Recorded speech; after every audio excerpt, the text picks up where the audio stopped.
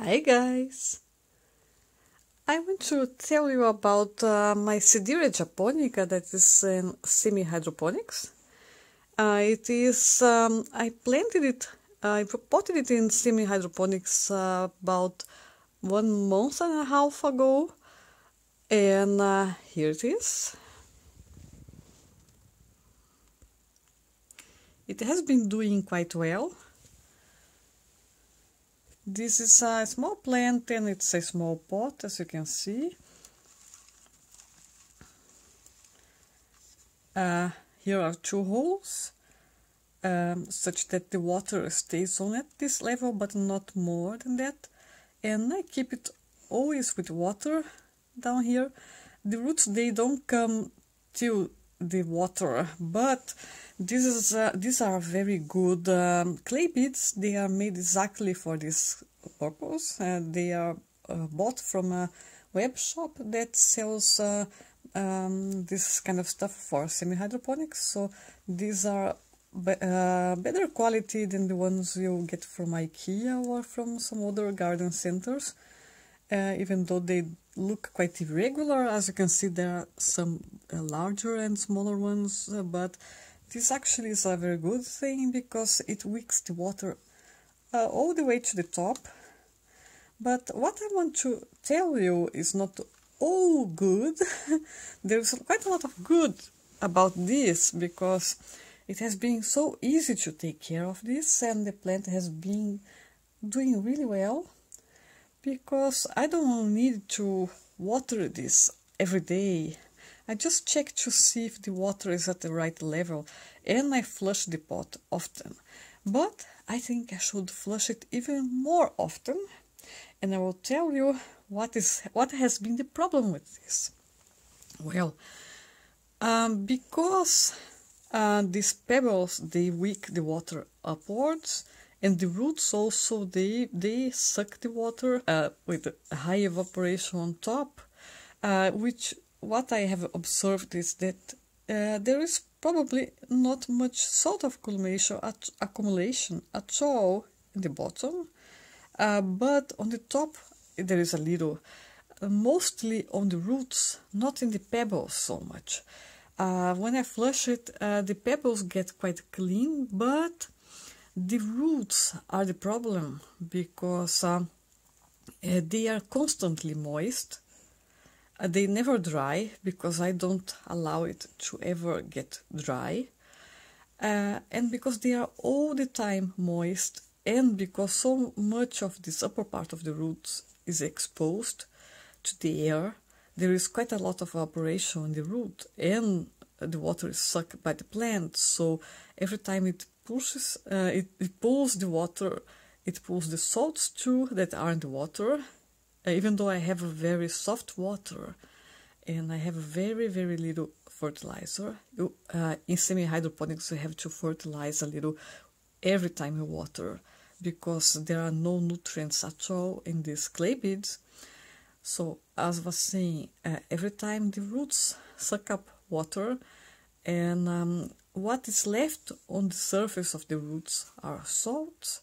So even when I flush the pot, there are some salt deposits on the roots that are really difficult to get rid of. And I want to tell you what happened yesterday, what I noticed yesterday. For a moment I was really worried because I didn't know what I was looking at. Well, you will not be able to see now because I cleaned this, but let me take you a pencil to show you this. Well, yesterday I was taking care of this plant, and then suddenly I noticed, let me show you, right here, in this part I'm touching, between this leaf and the stem, there was something white, not quite white, but really light. And first I thought, oh, nice, I spiked it. Then I checked it again, and it didn't look like it. And then my first fear was that they were mealybugs, even though they were not quite that white, but they were quite light, and it seemed like an accumulation of something. I was really worried. I just thought, oh no. So I took magnifying lenses and a brush, and I cleaned it, and I took all this stuff and I checked it, and I was really surprised. They were salts, but my big question was how would salts get right here? Because I never watered this plant from above. I never made these leaves wet. I never let any water there. I just put water on the pot. And these lowest roots here, they are below the leaf. And still, the salt got up here. There was salt on the roots and in this how to say, this lower part of the leaf right here. I think the water kind of wicked, just a little bit of it, not enough to make the leaf wet, but just enough such that while it evaporated, some salts accumulated here. So they were all here in this little hole here. Lots of salt. Isn't it surprising? The water I used is quite soft. There are not many salts on it, not many minerals. It's tap water, but in the place where I live, I checked. It's not too hard water, and it's okay for all my orchids. But when this is in semi-hydro, it has had this problem.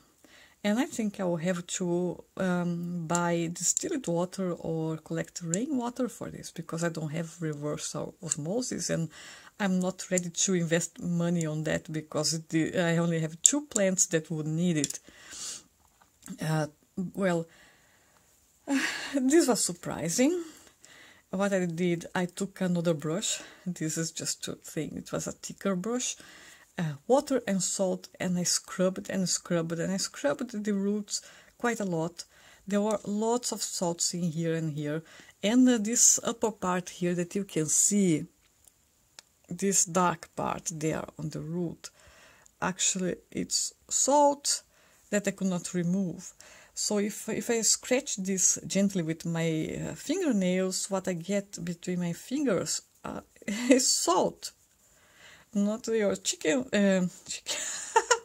kitchen salt, but some sort of minerals.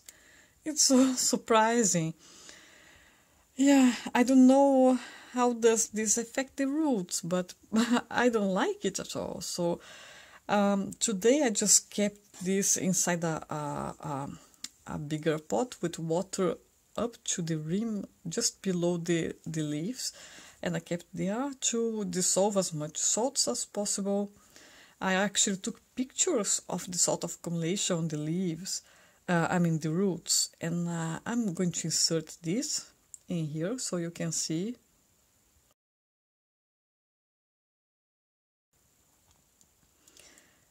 Yep, it was a surprising thing to see that this salt could climb there.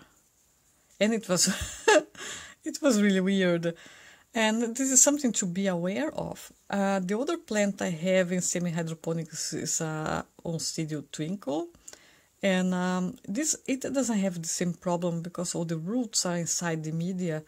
And this is one thing that it's good to know, that if your orchid has roots that go into the media, this will not happen. This will not happen here.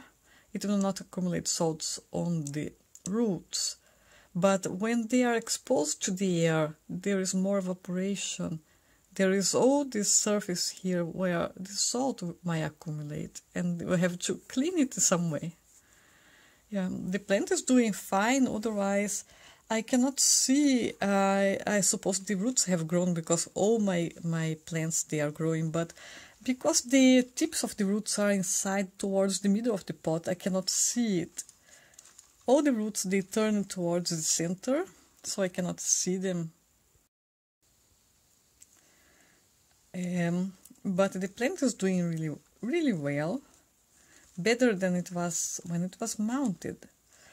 I think this will work very well if I get rainwater for this, but even with rainwater one has to use a fertilizer, and even if you put really little, the fertilizer is salt, and it will something might happen, but slowly. Well, I just wanted to tell you this, and I would like to hear your own experiences with semi-hydroponics, and if this has happened to you, if you have noticed anything that weird. Because for me it was really weird to see salt between the leaves. But yeah, let me show you the oncidium. So here is my oncidium twinkle. Tiny Twinkle Cinnamon, and this plant was planted in sphagnum, and the reason why I decided to plant it in semi-hydroponics is because there's some stuff there. It's because I forgot to water sometimes, and this has caused the wrinkly leaves, as you can see over there, here and also here. And I really dislike when this happens. And I have read that oncidiums, they do so well in semi-hydroponics, and this should not happen if there is always water on the reservoir. So I just don't like these wrinkly leaves, but I have to live with this now.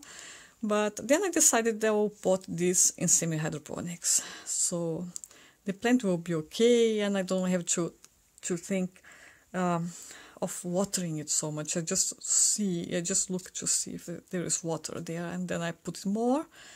And another thing is that this sphagnum was smelling like mold, so I had to repot it. And this was a good time to repot it because there was a lot of new root growth from the two newest pseudobulbs, one here and the other one here. The new roots were just coming, and they will be adapted immediately to the new environment, which is quite nice. And because these roots, they go down, I don't think the salt will accumulate on it. I put 2 little holes here. This was some sort of a measure cup for dog food. As you can see, the little dogs, I just made 2 little holes here, and the water reservoir is around here, and it wicks all the way to the top too. And you can see a little, this is kind of painted with a semi-transparent color, but you can still see the roots there. And because this was planted in sphagnum, the roots adapted quite well to this moist media. And I have not seen any problem, because sometimes they might lose roots when you change media this way. But it's doing really well, and all the roots are just really fresh still, as you can see. Really nice. And this is doing quite well. And here is the plant. I'll keep you updated.